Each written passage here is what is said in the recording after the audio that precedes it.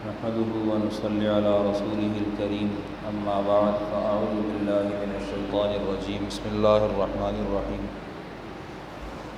گزشتہ درس میں آیت وَإِذَا سَأَلَكَ عِبَادِي عَنِّي فَإِنِّي قَرِيبٌ أُجِيبُ دَعْوَةَ الدَّاعِ إِذَا دَعَانِ فَلْيَسْتَجِيبُوا لِي وَلْيُؤْمِنُوا بِي لَعَلَّهُمْ يَرْشُدُونَ، اس کا تذکرہ ہوا تھا۔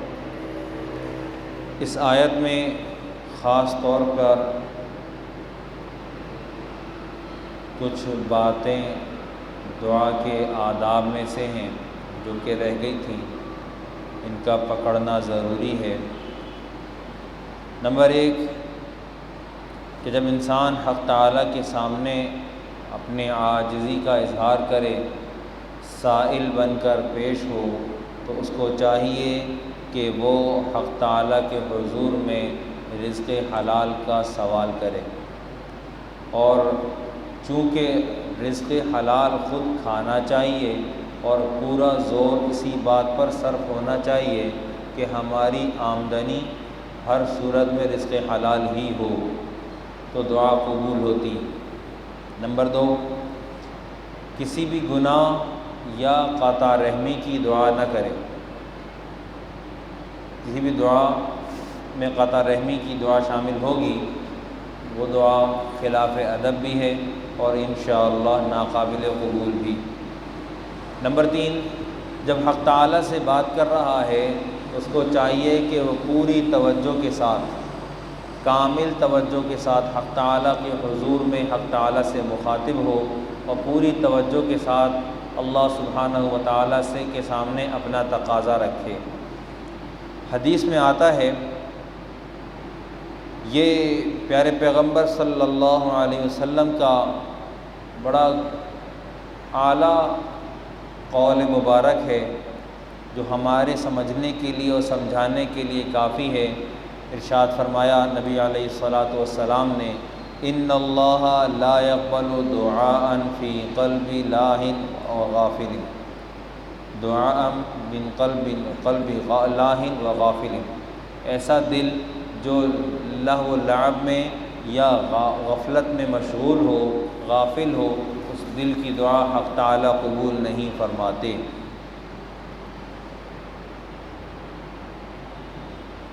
دعا میں 3 چیزیں بہت اہم ہیں۔ ایک کہ جو دعا انسان مانگتا ہے بعینہ وہی عطا ہو جائے، بڑی نعمت۔ نمبر 2 دعا مانگی، آنے والی کوئی بد دعا تھی، حق تعالیٰ نے اس دعا مانگنے کے بدلے میں وہ آنے والی برائی، وہ آنے والی مصیبت حق تعالیٰ نے ہٹا دی۔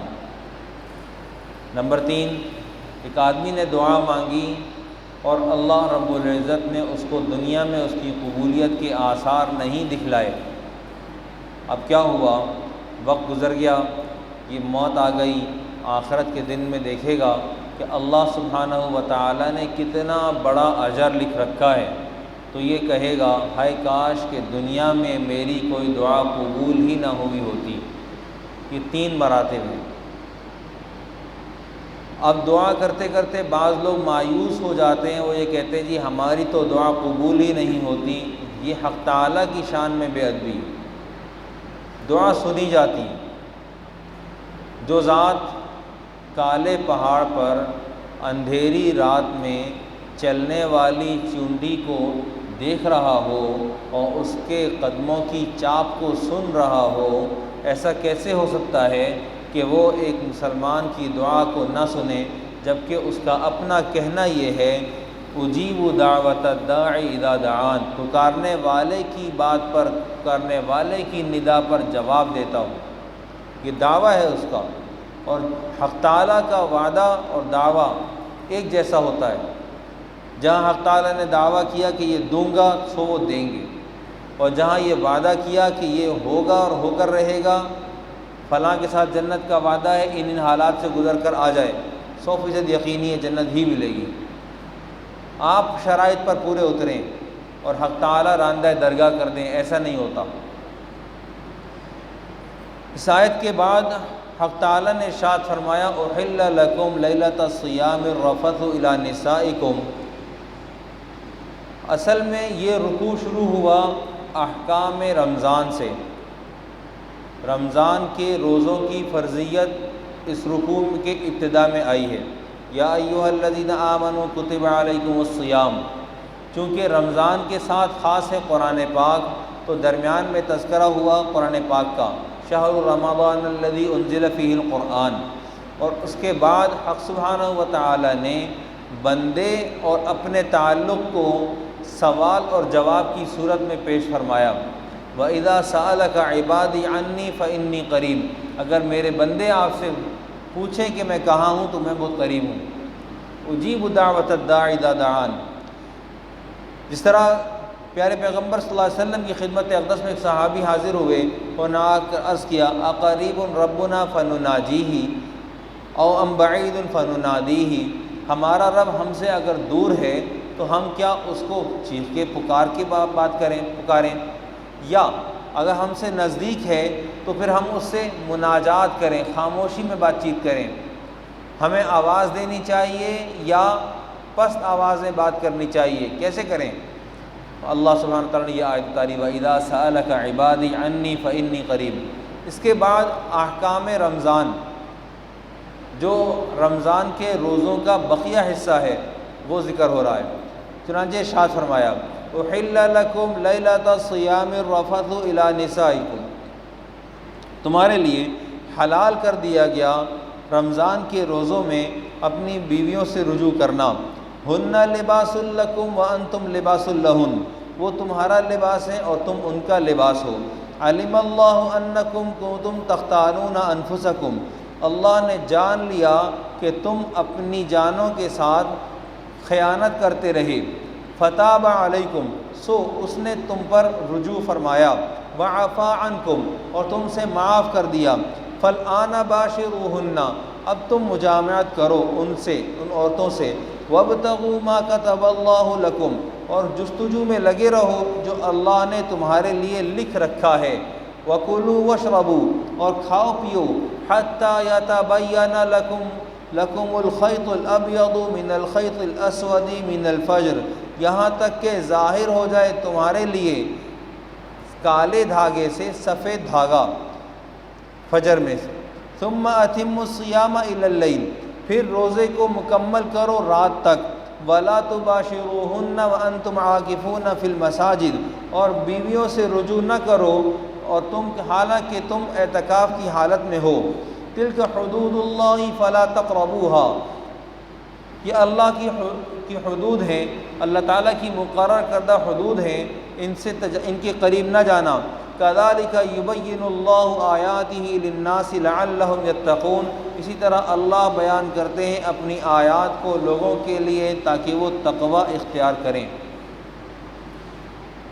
اس آیت میں سر فہرست ارشاد فرمایا احل لکم لیلۃ الصیام الرفث الی نسائکم۔ پہلے ہم دو باتوں کو سمجھ لیں، رمضان کی فرضیت کے ساتھ ساتھ اس وقت کے روزے میں احکام کیا تھے۔ پہلی بات، اس وقت کے احکامات میں ایک اہم امر یہ تھا کہ اگر کوئی شخص عشاء کی نماز کے بعد کھانا پینا منع ہو جاتا تھا، اور اگر کسی شخص نے مغرب کی نماز کے بعد کچھ کھا پی لیا یا وہ سو گیا تو اس کے ذمے اب لازم ہے، اس کا روزہ شروع ہو گیا اور اب یہ دن جائے گا اگلے دن افطار تک۔ اب اس دوران میں ایک آدمی مغرب کی نماز کے وقت میں سو گیا، اس کو استحضار نہ رہا، وہ سو گیا، اس کا روزہ شروع ہو گیا، تو صحابہ اس وقت تک جاگتے رہتے تھے، جب تک جاگتے رہتے تھے اس وقت تک کھاتے پیتے رہتے تھے، اور جب سو جاتے تو روزہ شروع ہو جاتا، اور دن کے وقت میں یہی حال برقرار رہتا۔ مسند احمد کی روایت میں ہے کہ معاذ ابن جبل رضی اللہ تعالیٰ عنہ فرماتے ہیں کہ ایک صحابی، ان کا نام تھا حرمۃ بن قیس، یہ انصاری صحابی ہیں، انہوں نے یہ گھر داخل ہوئے، آ کر بیوی سے پوچھا کہ کچھ کھانے کو ہے، بیوی نے کہا کہ تیار نہیں ہے، لاتی ہوں۔ جتنی دیر میں بیگم تشریف لائیں اتنی دیر میں ان کی آنکھ لگ گئی، یہ سو گئے تو حکم کے مطابق روزہ شروع ہو گیا۔ اب روزہ شروع ہو گیا، روزہ چلنا شروع ہوا۔ اب دن کی گرمی اور عرب کی گرمی تو مشہور ہے، 40 ڈگری تک جاتا ہے۔ اب کیا ہوا کہ دن میں ان کو غشی طاری ہوئی، بے ہوشی آنی شروع ہو گئی، بے ہوش ہو گئے۔ اور اس زمانے میں صحابہ کے پاس ہماری جیسی قوی خوراک تو تھی بھی نہیں۔ وہ لوگ 8 کھجور کے اوپر نوکری کر لیا کرتے تھے، 2 کھجور سے 24 گھنٹے گزار لیا کرتے تھے۔ خندق کی جنگ میں بڑے بڑے پتھر پیٹ میں باندھ کے انہوں نے خندق کی جنگ لڑ لی۔ ہم جیسے ہمت والے وہ لوگ، ہم ان جیسے نہیں ہیں، ہم ان سے بہت کمتر ہیں، بہت ادنا، ان کی جوتوں کی خاک کے برابر بھی نہیں ہیں۔ غشی طاری ہوئی۔ حرمت بن قیس کی کیفیت نبی علیہ السلام کے دربار اقدس میں پیش کی گئی تو حق سبحانہ و تعالیٰ نے حکم میں تبدیلی فرمائی، اور حکم یوں ہوا: احل لکم لیلۃ الصیام الرفث الی نسائکم ہن لباس لکم وانتم لباس لہن۔ یہ پہلا حصہ ہے جو عورتوں سے متعلق ہے، اور جو اس حکم سے، جو اس قیام سے اور اس کھانے پینے کے اوقات سے متعلق ہیں وہ یوں ہے: وَكُلُوا وَاشْرَبُوا حَتَّى يَتَبَيَّنَ لَكُمُ الْخَيْطُ الْأَبْيَضُ مِنَ الْخَيْطِ الْأَسْوَدِ مِنَ الْفَجْرِ ثُمَّ أَتِمُّوا الصِّيَامَ إِلَى اللَّيْلِ۔ یہ والا حکم ہے۔ بخاری شریف میں ہے کہ حضرت براء ابن عازب رضی اللہ تعالیٰ عنہ کہتے ہیں کہ جب رمضان کے روزوں کا حکم ہوا تو سارا رمضان ہی بیویوں سے ملاقات منع تھی۔ بعض صحابہ واقع ہو گئے، آگے بڑھ گئے، پھر اللہ سبحانہ وتعالیٰ نے حکم اتارا: علم اللہ انکم کنتم تختانون انفسکم فتاب علیکم وعفا عنکم۔ اللہ نے جان لیا کہ تم اپنی جانوں کے ساتھ خیانت برتتے رہے، فتاب علیکم، سو اس نے تم پر رجوع کیا، اب حکم میں تبدیلی آ گئی، اور کیا کیا؟ وعفا عنکم، وہ جو خیانت ہوئی تھی اس کو معاف بھی کر دیا۔ فالآن باشروہن، اب تم کو صحبت کی اجازت دی جاتی ہے۔ وابتغوا ما كتب اللہ لکم، چونکہ مقصود صرف تکمیل تقاضا نہیں ہے بلکہ مقصود توالد و تناسل ہے، تو وابتغوا ما كتب اللہ لکم، جستجو کرو اس کی جو اللہ نے تمہارے لیے لکھ رکھا ہے۔ اس سب میں ایک اہم بات ہن لباس لکم وانتم لباس لہن بھی ہے، وہ تمہارا لباس ہے اور تم ان کا لباس ہو۔ خواتین، عورت، تمہارا لباس ہے، تم اس کا لباس ہو۔ جس طرح کہ عورت کے اپنے لباس میں اور اس کے وجود میں کوئی چیز حائل نہیں ہوتی، اسی طرح میاں بیوی کو ایک دوسرے کے عیوب پر راز افشا کرنے کی اجازت نہیں ہے، اور اسی طرح شریعت نے سختی سے حرام قرار دیا ہے: لا تفضي الرجل الى الرجل ولا تفضي المرأة الى المرأة، نہ تو عورت کی سترگاہ کی طرف جائے اور نہ ہی مرد کی سترگاہ کی طرف جائے۔ ہاں، جو عورتوں کے ساتھ معاملات اللہ سبحانہ وتعالیٰ نے ولایت وغیرہ کے رکھے ہیں اس میں جتنی گنجائش ہے اتنی ہی اجازت دی گئی، جتنی ضرورت ہے اتنی اجازت دی گئی۔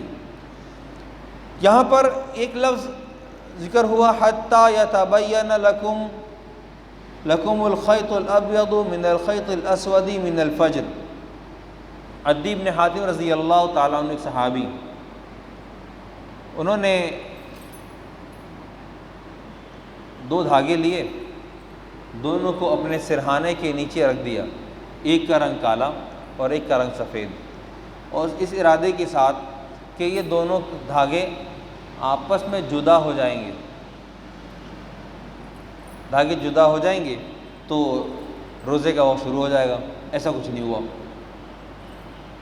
صحابہ اہل لسان تھے، عربی زبان سمجھتے تھے، قرآن ان کی زبان میں اترا، تب صحابہ کا یہ حال ہے کہ صحابی عدی ابن حاتم رضی اللہ تعالی عنہ نے پھر نبی علیہ السلام کے دربار میں حاضر ہو کر یہ سوال پیش فرمایا کہ یا رسول اللہ ایسا ہوا۔ نبی علیہ السلام نے ارشاد فرمایا، نبی علیہ السلام مذاق فرماتے تھے، آپ نے فرمایا: عدی، تمہارا سرہانہ تو بہت بڑا ہے، تمہارا سرہانہ، تمہارا تکیہ تو بہت بڑا ہے۔ کیسے بڑا ہے بھائی؟ اس کے اندر رات بھی سما گئی، اس میں دن بھی سما گیا۔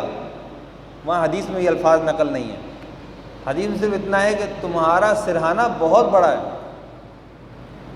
اب صحابی اہل لسان ہو کر اب آدمی یہ کہتا ہے کہ جی میں قرآن پاک کو خود سمجھ سکتا ہوں، بنا تفسیر کے سمجھ سکتا ہوں، مرزا قادیانی صاحب ہو گئے یا اور ملاحدہ ہو گئے، کتنی عجیب بات ہے، بغیر حدیث کے قرآن پاک کیسے سمجھ میں آ سکتا ہے؟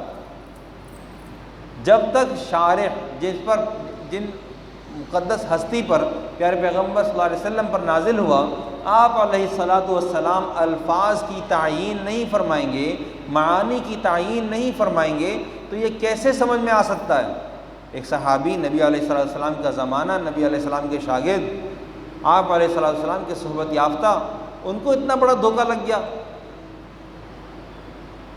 اس وقت اس جگہ پر یہ من الفجر کے الفاظ نہیں تھے، یہ بعد میں آئے ہیں۔ دیکھیے ذخیرۃ الجنان للشیخ حضرت مولانا سرفراز خان صفدر صاحب رحمۃ اللہ علیہ، آپ نے فرمایا کہ من الفجر کے الفاظ بعد میں آئے ہیں، اس میں بخاری شریف کی روایت بھی موجود ہے۔ ثم اتم الصیام الی اللیل، اب یہاں سے تحدید ہو گئی کہ تم کب سے کب تک روزہ رکھو گے۔ پہلی آیت میں کہا ثم اتم الصیام حتی یتبین لکم الخیط الابیض من الخیط الاسود من الفجر، من الفجر کہہ کر وقت متعین کر دیا کہ فجر سے ابتدائے وقت ہوگی۔ پھر کہا ثم اتم الصیام الی اللیل، پھر رات تک روزے کو مکمل کرو۔ اب تکمیل کا جو وقت ہے وہ خاص کر دیا گیا مغرب تک۔ معلوم ہوا کہ مغرب سے رات کی ابتدا ہو جاتی۔ وَلَا تُبَاشِرُوهُنَّ وَأَنْتُمْ عَاكِفُونَ فِي الْمَسَاجِدِ، پہلے حالات اچھے تھے، اس زمانے میں عورتوں کو بعض ازواج مطہرات نے بھی اپنے خیمے اعتکاف کے لیے مسجد میں لگائے ہیں۔ نمبر 1 حکم شرعی، حالت اعتکاف میں بیویوں سے رجوع منع ہے، ملاقات منع ہے۔ نمبر 2 پھر کہ مسجد ہو۔ حق تعالیٰ نے باقاعدہ ارشاد فرمایا قرآن پاک میں، واضح حکم دے دیا وَلَا تُبَاشِرُوهُنَّ، تمہیں مباشرت کی اجازت نہیں ہے۔ کب تک؟ وَأَنْتُمْ عَاكِفُونَ فِي الْمَسَاجِدِ، جب تک کہ تم اعتکاف کی حالت میں ہو۔ جب اعتکاف ختم ہوگا، اب 3 دن کا تھا، 2 دن کا تھا، 1 دن کا تھا، جیسا بھی تھا، اعتکاف میں نمبر 1 شرط یہ ہے کہ اعتکاف کے لیے روزہ رکھنا ضروری ہے۔ اگر ایک شخص نے منت مانی کہ میں فلاں فلاں میرا کام ہو جائے تو میں اعتکاف کروں گا حق تعالیٰ کے لیے، میں مکہ مکرمہ آیا ہوں، میں اعتکاف کروں گا حق تعالیٰ کی رضا کے لیے، تو اس کو چاہیے کہ وہ پہلے روزہ رکھے اور روزے کے ساتھ پھر اعتکاف کا وقت گزارے۔ ایک بات۔ دوسری بات کہ اعتکاف کی حالت میں بیویوں سے ملاقات منع ہے۔ 2 نمبر 3 بیوی سے ملاقات یہ ضروریات بشریہ میں سے، ایسی ضروریات بشریہ میں سے نہیں ہے جس کی وجہ سے انسان پر ہلاکت کے حالات پیش آتے ہوں، اس لیے بھی اس کے لیے منع ہے کہ یہ مسجد سے باہر اس غرض سے نہیں جائے گا، یہ پابند رہے گا۔ تلک حدود اللہ فلا تقربوها، تفسیر بیضاوی میں لکھا ہے کہ تلک حدود اللہ کہہ کر حق سبحانہ و تعالیٰ نے کمال مبالغہ کا اظہار فرمایا۔ مبالغہ کہتے ہیں کسی حکم کے اندر حد سے آگے بڑھنے کی کوشش کرنا، سختی برتنا، آگے جانا۔ ایک آدمی وضو کر رہا ہے، وضو کے لیے جو ہے وہ مبالغہ کرتا ہے، 1 مرتبہ دھو لیا کافی، فرض ہو گیا، 3 دفعہ کرنا سنت ہے، لیکن اس کے بعد پھر اور آگے بڑھتا ہے۔ نبی علیہ الصلاۃ والسلام نے ارشاد فرمایا فمن زاد علی ھذا او استزاد فقد تعدى وظلم، جس نے اس کے اوپر زیادتی کی اس نے تعدی کی، اس نے ظلم کیا۔ کذالک یبین اللہ آیاتہ للناس لعلہم یتقون، اسی طرح اللہ سبحانہ وتعالیٰ بیان کرتے ہیں اپنی آیات، اپنی نشانیاں لوگوں کے لیے تاکہ وہ تقوی اختیار کریں۔ ہم چند باتیں جو ان آیات سے مستفاد ہوئیں، حاصل ہوئیں، شیخ ابی بکر رحمۃ اللہ علیہ کے الفاظ میں بیان کر دیتے ہیں، کہتے ہیں اباحۃ الاکل والشرب والجماع فی لیال الصیم من غروب الشمس الی طلوع الفجر، سورج کے غروب ہونے سے لے کر طلوع فجر تک بیوی اور کھانے پینے کا حلال ہونا، یہ ان آیات سے ماخوذ ہوا۔ نمبر 2، بیان ظروف الصیام وهو من طلوع الفجر الصادق الی غروب الشمس، حق سبحانہ و تعالیٰ نے ان آیات میں روزے کے اوقات کی تحدید فرمائی ہے، فجر سے لے کر غروب شمس تک۔ بیان ما یمسک عنہ الصائم وهو الاکل والشرب والجماع، 3 چیزوں سے ہمیشہ کے لیے رک جانا جب تک کہ روزہ ہے، کھانا پینا اور صحبت۔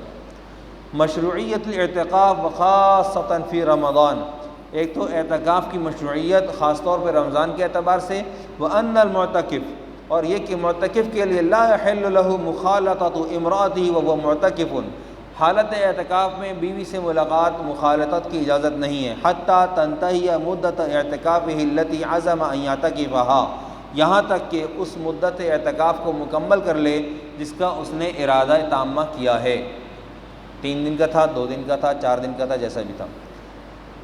نمبر 5، استعمال الکنایۃ بدل التصریح، کنایہ لفظ کا استعمال کرنا صراحت کے بدلے، جس طرح حق سبحانہ و تعالیٰ نے یہاں اس آیت میں استعمال فرمایا احل لکم لیلۃ الصیام الرفث، رفث کا لفظ یہاں استعمال فرمایا، یہ کنایہ ہے جماع کا۔ اسی طرح ولا تباشروہن، مباشرت کے لفظ کو استعمال فرمایا، یہ دونوں لفظ کنایتاً استعمال ہوئے ہیں جبکہ صریح اس کے بالکل مقابل میں ہے۔ حیث کنّا بالمباشرۃ عن الوضع۔ نمبر 6، حرمت انتہا کی حرمات الشرع وتعدی حدودہ، شرعی حدود سے تجاوز کی حرمت، تجاوز کی اجازت نہیں ہے، حرام ہے تعدی کرنا، حرام ہے حدود سے باہر نکلنے کی کوشش کرنا۔ ثبت بالسنہ سنت السحور و استحباب تأخیرہ ما لم یخش طلوع الفجر، جب تک کہ طلوع فجر کا خوف نہ ہو اس وقت تک سحور سحری کرنا اس کا جواز، و استحباب تعجیل الفطر، اور اسی طرح مستحب ہے کہ افطار میں جلدی کی جائے، جیسے ہی غروب ہو ویسے ہی مبالغہ کرنے کی یا اپنے روزے کو مزید کھینچنے کی اجازت نہیں ہے، بلکہ تعجیل کرے، کہ پیارے پیغمبر صلی اللہ علیہ وسلم کا اپنا عمل تعجیل کا ہے، تأخیر کا ہرگز نہیں۔ وآخر دعوانا الحمد للہ رب العالمین، الحمد للہ رب العالمین، صلوات اللہ علی سید الانبیاء المرسلین، علی سیدنا نبینا مولانا محمد وآلہ واصحابہ اجمعین، اللہم لک الحمد کلہ ولک الشکر کلہ، وصلی اللہ علی النبی الکریم وعلی آلہ وصحبہ وسلم تسلیما برحمتک یا ارحم الراحمین۔